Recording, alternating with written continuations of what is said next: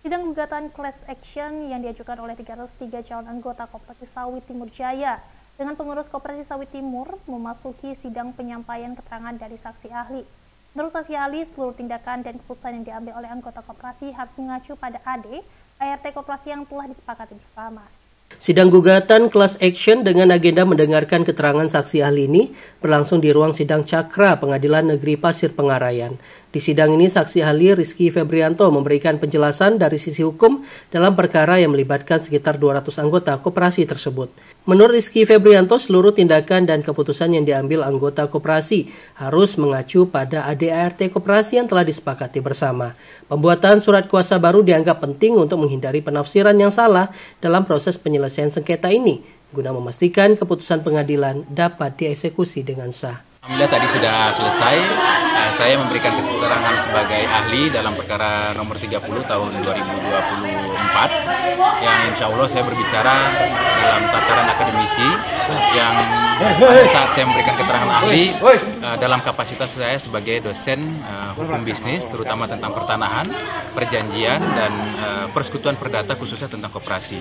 Mudah-mudahan keterangan saksi yang saya berikan ini dapat memberikan keadilan nantinya bagi masyarakat di kepengurusan, terutama kepengurusan Koperasi Timur Jaya di Kepenghuluan Timur.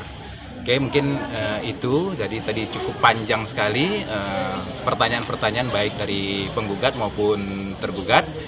Tapi ya insya Allah semuanya bisa dijawab dengan baik dan semuanya kita serahkan kepada pengadilan untuk memberikan putusan, dan tentu dari pihak pemohon dan termohon ingin mendapatkan keadilan di porsinya masing-masing.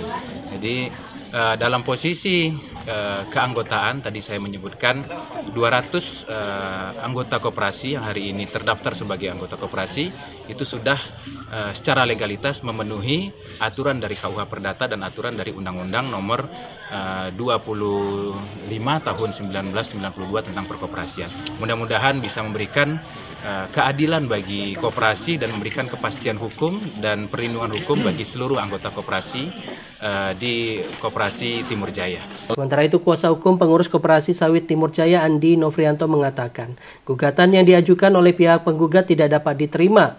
Menurutnya, pihak penggugat bukan lagi anggota koperasi yang sah sehingga tidak berhak mengajukan gugatan. Koperasi telah berupaya memberikan pemberitahuan dan mediasi kepada anggota koperasi, namun beberapa pihak enggan mengikuti prosedur yang berlaku. Sebagian besar masalah ini menurut Andi timbul akibat rasa ketidakpuasan yang kemudian dimanfaatkan oleh pihak-pihak tertentu menggugat pihak koperasi. Upaya hukum yang telah dilakukan oleh koperasi merupakan cara mempertahankan haknya, termasuk melalui proses mediasi, bertujuan untuk menghindari konflik lebih lanjut antar anggota. Dalam persidangan terungkap bahwa pihak 303 belum bisa memenuhi kewajiban mereka sebagai anggota, termasuk pembayaran iuran dan pengajuan surat keterangan terdaftar atau SKT yang merupakan syarat menjadi anggota koperasi yang sah. Sidang hari ini setidaknya sudah memberikan terang benderang bagi saya pribadi ya, menyimpulkan. Baik itu keanggotaan berdasarkan undang-undang koperasi, baik itu suatu anggota harus tunduk dan patuh dengan anggaran dasar dan anggaran rumah tangga koperasi. Kemudian terungkap dalam persidangan bahwa 303 yang melakukan gugatan ini bukan anggota koperasi. Itu udah jelas serta-merta. Cuma saya bilang tadi, cenderung dalam persidangan ini sudah melihat ada satu kejelasan, titik terang, bahwa diterangkan dalam ahli, perubahan kuasa itu diharuskan. Itu diharuskan untuk merubah kuasa.